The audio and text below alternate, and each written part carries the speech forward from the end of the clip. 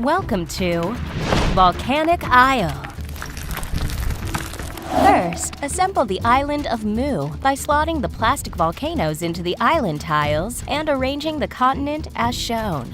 Next, place lava tokens in the designated trench spots on the board and place one settler for each player in the bottom corner of the island. Finally, each player selects a color and takes all the Moai, villages, settlers, and score markers of that color. Place the score track off to the side and you're ready to go.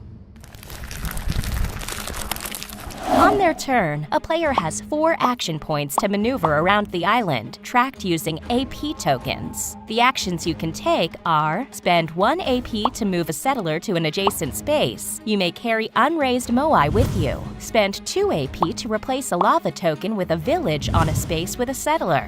For 1 AP, you may choose a space with both a settler and a village in your color, and populate another settler there.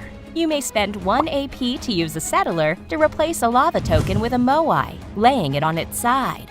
You spend 1 AP to gain a prayer token. For each prayer token you already have, it costs 1 more AP to take another.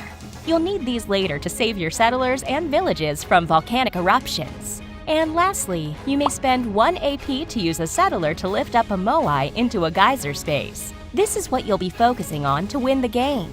2 things happen when you raise a Moai onto a geyser. First, the tectonic pressure causes a fissure to form, as the island itself starts to break apart. Watch out! Next, you roll a die to determine if there's a volcanic eruption. If the eruption symbol is rolled, the active player draws a token to indicate which volcano erupts. After a volcano is determined, the corresponding tile fills with lava tokens. This lava is a resource that can be used for building later, but destroys any villages or unraised Moai in the way. Be careful! If all edges of a tile are covered by fissure tokens, that tile sinks into the ocean, and a portion of the island is lost forever.